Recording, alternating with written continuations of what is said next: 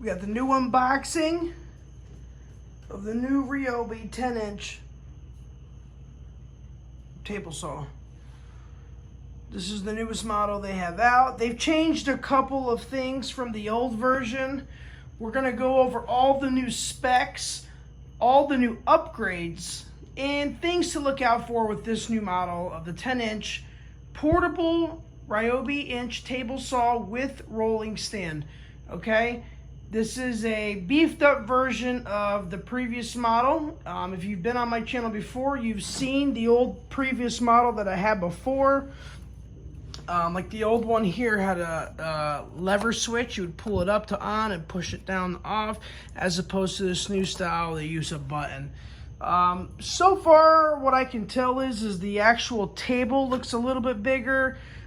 They've actually changed the guide. It's no longer has the, they used to have like a little slot here where you could put your push stick, but not anymore. So, unless there's an onboard storage I don't know about, haven't found that. One feature I don't like is, simple things. The little things matter to me. They do come with a 24-tooth general purpose blade. I would like to see Ryobi maybe maybe work a little bit better on a little bit better blade, something different. This is a general purpose blade. We'll see how it works. Pretty sure it's just like one of their standards. Nothing special. It does have the extended table here,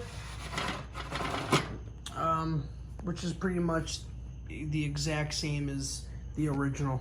So anyways, a few things. Setup is, the directions are terrible. I suggest if you don't know the if you are not good with just looking at pictures, you're not going to be able to put this thing together. It doesn't really explain it to you. It doesn't tell you where things go. The only reason why I knew how to put it together because it's almost the same as the old one. They put different feet on the table saw. Those have changed. The locking folding mechanism in the middle, they've added a couple extra screws, so this is a little different as well.